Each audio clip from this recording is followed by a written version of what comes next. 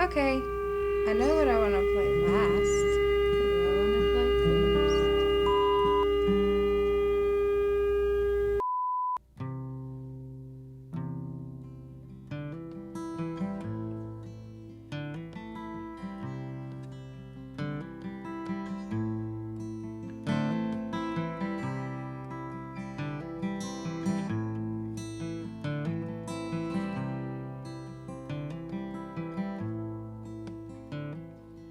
What if we kissed again right on the rim of heaven?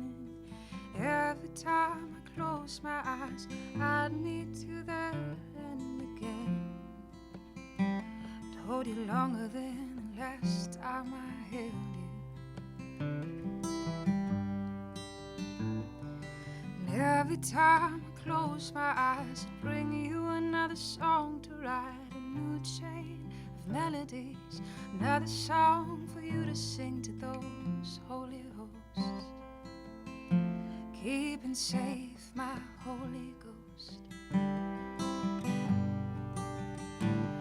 And maybe if these words were for them, they'd be pleased enough to let me see you again. 'Cause if angels in heaven could fall, I know that you would risk everything to be back with us all. So where do I hold on to now? Now that you're gone and you can't come back down, what am I supposed to believe? They say that you're gone, but I feel you with me.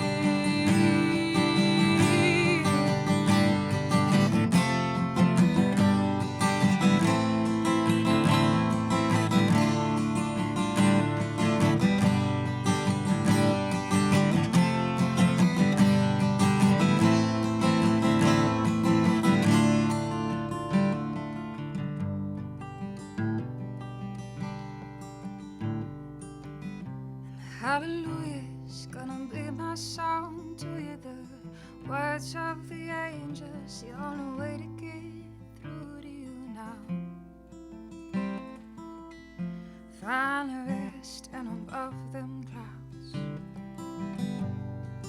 and every mountain and ocean you wrote about must seem so much smaller from where you are seated now. Funny how things have a way of working themselves out. And maybe if I keep writing for you, that'd be enough of you to call around for us down here too. 'Cause if angels in heaven could fall, I know that you would risk everything to be back with us all.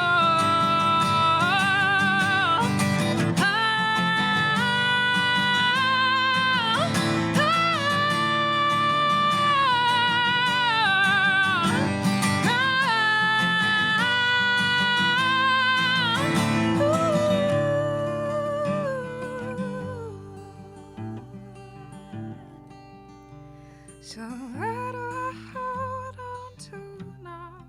Now that you're gone and you can't come back down.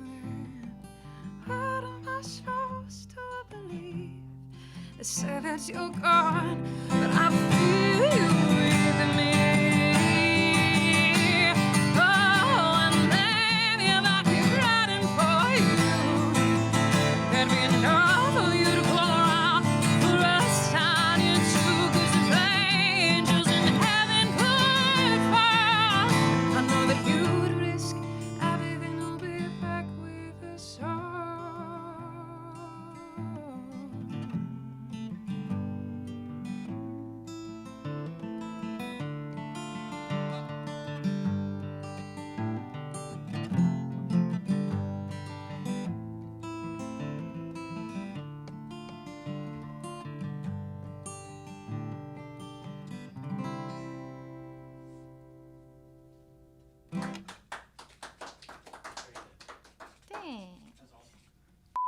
Welcome in, folks, to another edition of Savvy Sounds. We've got two special guests with us here today. We've got Michael Carpenter, who's the owner, operator, all things extraordinaire at the Rooster in downtown Gastonia, and then Jade Moore, who is the kind of head of Open Mic Night. So we're going to be talking a little bit about kind of what Open Mic Night is and how you can potentially get involved. First off, thank you both for taking the time, coming in and talking with us. Thank you for having us. Yeah, thanks a lot. So I was talking a little bit with Gavin Stewart, who works with our team, and he was telling me a little bit about what used to be an open mic night several years ago at Freeman's. Original Songwriters Night. Right, right. So was the idea for this kind of born out of what was at Freeman's? Not exactly. Through the years, Freeman's was the only place that local artists had to go to get involved in nights like that. And over time, things have evolved. Singer-songwriter open mic was always something I was going to do. It was one of the first ideas I had when I opened the Rooster.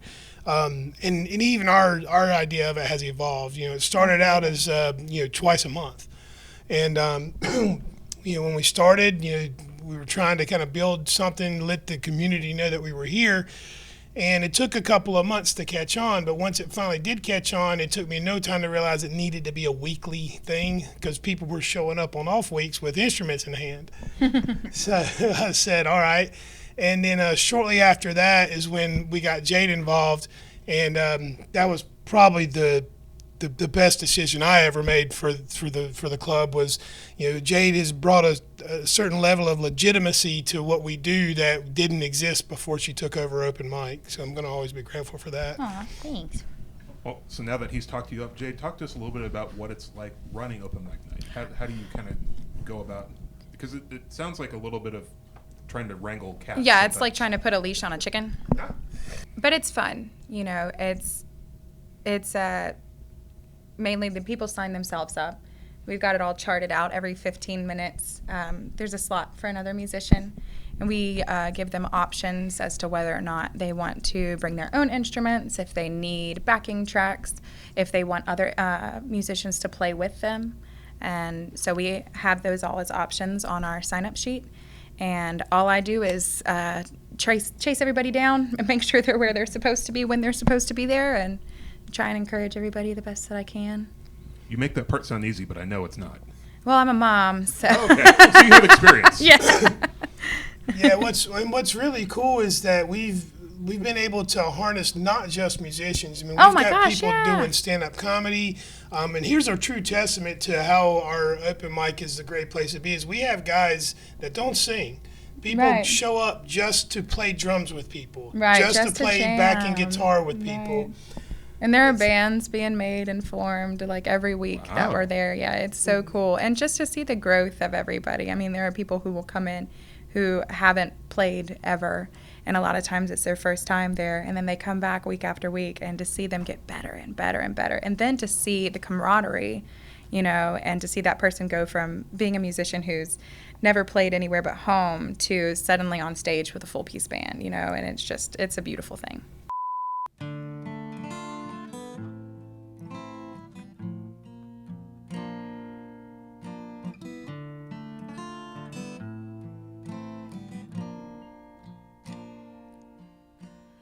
Loving you is like when the water's rising and you let your last breath escape.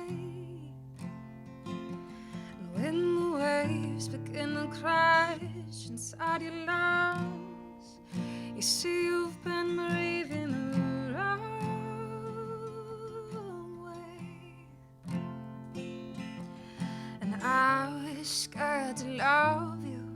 Now I realize that all of my fears have changed.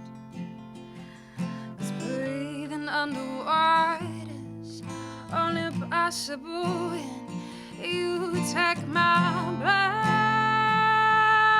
away. So, baby, take it all, whatever you require of me, my sacrifice. I swear for you in lies when I pay the price, the toll for you.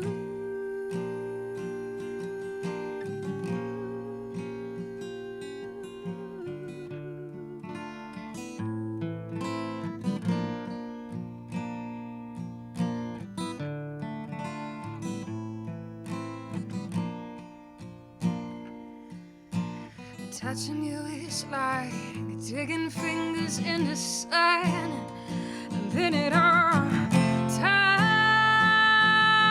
to flames, and your fire licks against my skin like the lightning leaves its burning kiss in pouring rain. And as your flames engulf my soul, I don't gasp for air, no, I would gladly suffocate, because the whole of me is all you need for me to feel you burning me, take everything, oh, baby, I'll take it all, whatever you require of me and my sacrifice. I swear for you in life's been I'll pay the price. Told you that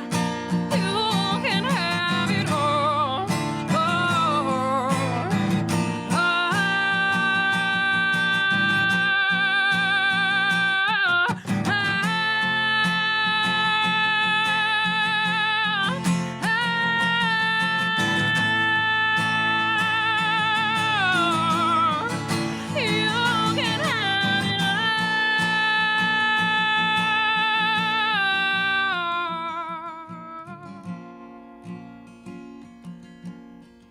all.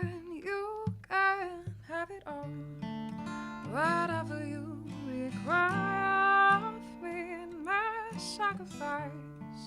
I swear for you in life's been I'll pay the price at all for you.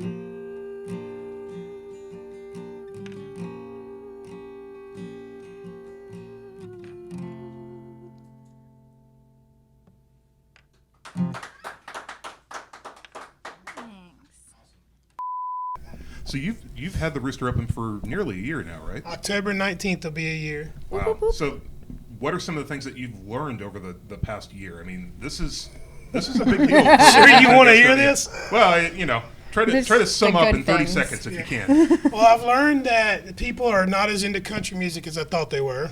I thought for sure when I opened that I'd be doing country all the time, but it turns out they don't show up to that. Metalheads are loyal. I've learned that the metalheads are the most supportive, most loyal fans in all of music. And I've learned that a lot of people told me that people just would not come out to buy tickets to shows in Gastonia. I've learned that that's false. People will pay for good entertainment. Right.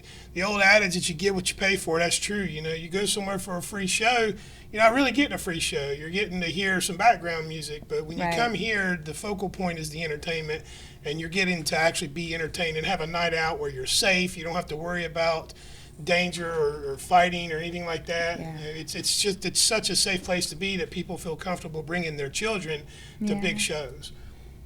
Is there a point where there are nights where it's only 18 and up or 21 and up, or is it always a family-friendly sort of environment for the concerts? Occasionally we book a show that's 18 and up, and usually it's the content of the show is why it's never because the music's too heavy or too wild. It's like we've done, we'll do burlesque, and that'll be an 18 and up show, things like that. So Jade, during the show that we're taping right now, you're going to be playing a little bit of some of your original music. Can you talk to us about kind of your songwriting process and how long you've been doing that? Oh gosh. Well, you told me when I interviewed you for the podcast, you told me that you read a lot, and that I do helps read you. a lot, and it does help. Songwriting is one of those things. It's like you can't. I wish it was like you hear a phrase, and you're like, "Oh, that'd be a great song," and then you sit down and you write it like a formula. Unfortunately, that's not really the case. I've always said it's kind of like diarrhea of the brain, and it hits you really fast, and you either put it down on a piece of paper or you forget it forever, and that's just how it works, and it just like bleh, and then it's out there. So you could be like driving and you're like, Absolutely. I've got an idea. I've got to Yep. find something to scribble this down on. I have pulled over in the middle of the night into a church parking lot to write a song before, because it just whacks you. I feel like, you know. isn't that divine inspiration? Oh yeah, absolutely. It's muse energy for sure. Yeah. Do you have a favorite song that you've written? I don't know that I really have a favorite one. All of them are very telling of where I was at and when in life. A lot of my songs early on I refer to as diary songs. I don't play them out a lot, mainly because it's just like my subconscious immortalizing itself, which is very traumatic. But some of the songs that I do write, I do enjoy. I don't particularly have a favorite currently, but I do have songs that I'm a little more attached to based on what I go through, if that makes sense. When you're doing open mic night, do you have a chance to kind of work with the artists at all? I know you talked about kind of making sure you get them on stage, but I mean, are there some that Michael was talking about that come back week after week? You start to develop that relationship? I do, for sure. There are some artists that I'll, like pull to the side, we'll get lunch or coffee during the week, and especially ones that are trying to make the transition from part-time to full-time musician. There's enough work out here for literally everyone, and if I had somebody teaching me when I was growing up and doing all of this, telling me, that I am worth the money that I ask for, the type of equipment that I should invest in, the ways to contact venues and how to keep a good schedule, how to file your taxes. There's so much that goes into it. So I'll meet with people and discuss that and help them any way that I can. And then also artists that are trying to grow vocally, I work with as well. And sometimes it's just something as simple as giving someone like a breathing technique, and all of a sudden they're just off and running. So I try to do that as much as I can in between. But for the most part, I think the biggest support you can do is just sit and listen.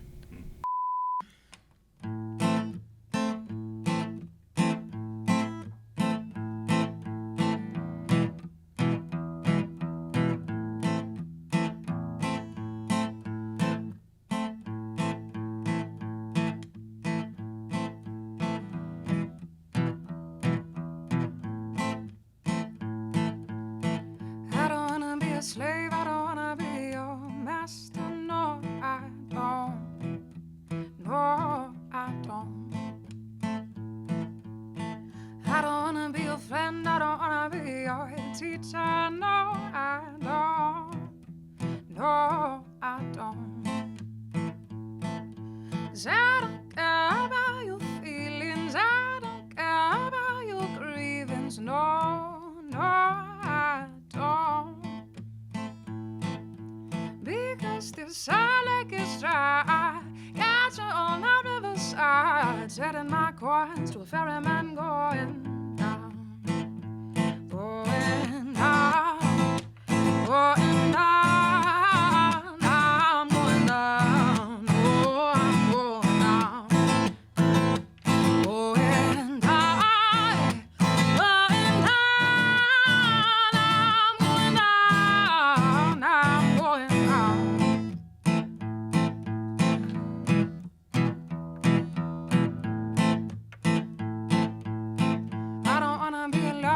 Someone undercover about another someone, you leave the hell alone. I don't wanna be reason, don't wanna hear about the season that you're in. This train is going. Miss her with the artist next time you come around, 'cause I'll let you drown, I'll let you drown. Because this lake is dry, got you on that riverside, setting my course to a ferryman going down, going down, going down.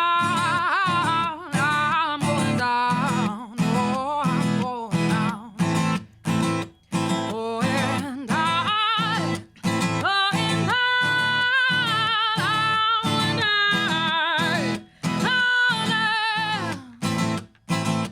See, da da da da da da,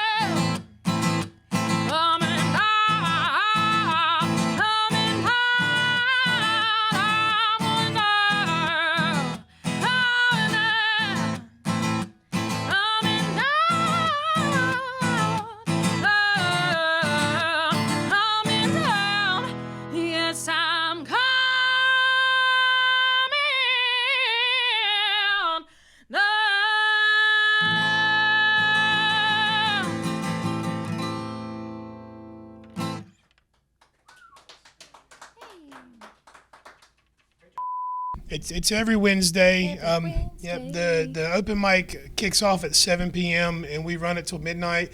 There have been nights where We've we've gone gone over. till 1 a.m. It's just because we want to make sure everyone gets that opportunity to play that Right. wants to. That's awesome. Yeah, and it's there's a core group of people that are there every Wednesday, and For then sure. there's the next circle of people that are there most Wednesdays, and then there's another circle of people that might show up once a month, and it's become a family atmosphere where Oh my once you've gosh, been yeah. a few times, and some people will come and not even perform; they just want to be in The energy, in the it's energy in the immaculate. room. Yeah.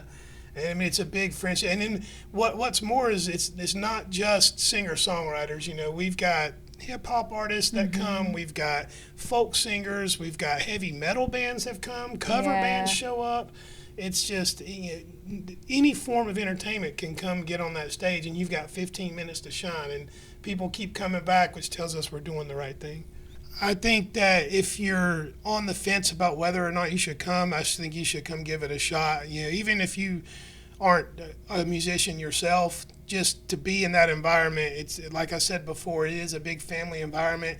And when you get into a situation like that where you're accepted and loved for who you are, no matter where you come from in life, I think it's very empowering. I've watched it unfold right in front of my eyes, people's confidence build up and gain, and people try new things because they're a part of this community. And, if that's you, then come on down and check us out.